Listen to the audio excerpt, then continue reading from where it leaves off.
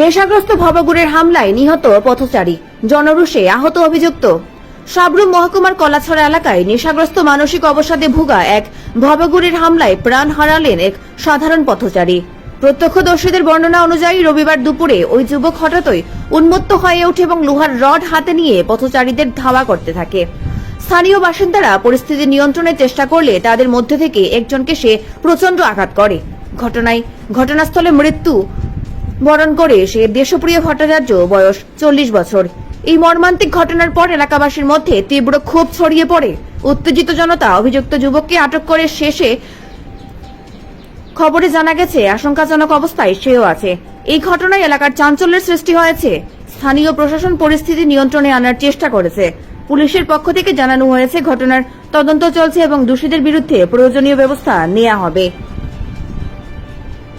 Bureau report, Dharmanagar news online.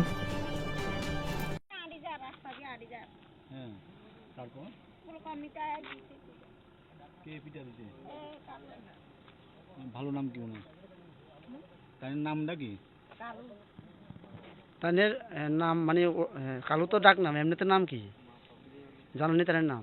না, এনে তো কালু ডাকে সবাই। কয়জনের মারছে এরকম? ওই রামেরও কবাই দিছে আর বাইরেও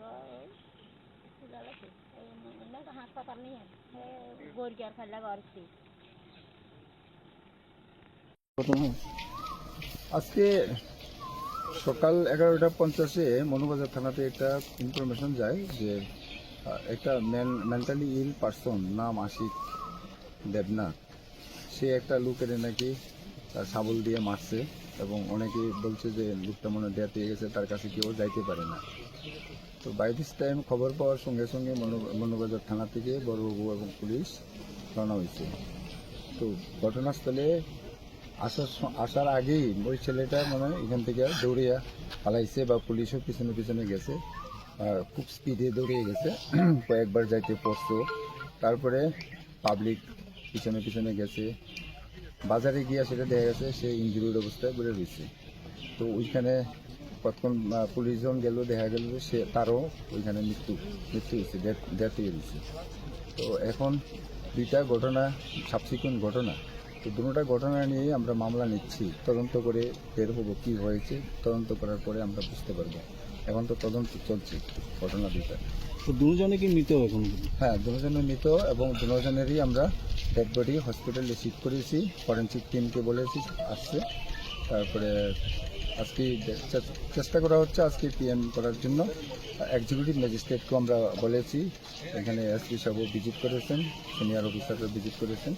তো এখন দেখা যাক তদন্ত করলে পরে কি বের হয়, করা তদন্ত এখন কাজ চলছে আমাদের। আশিক দেবনাথের কয়জন লোককে আহত করেছেন? আশিক দেবনাথে কালকে মনে তার মাকেও মারধর করেছিল ঘরের মধ্যে। আজকে দুইজন বা তিনজনের ছোটোখাটো বেশি না, একজনের মনে দাও দিয়া পেট দিতে চাইছিল। তো সেও হসপিটালে গেছিল, এখন তো আমরা হসপিটালে পাইনি, ও হসপিটাল থেকে চলে এসছে।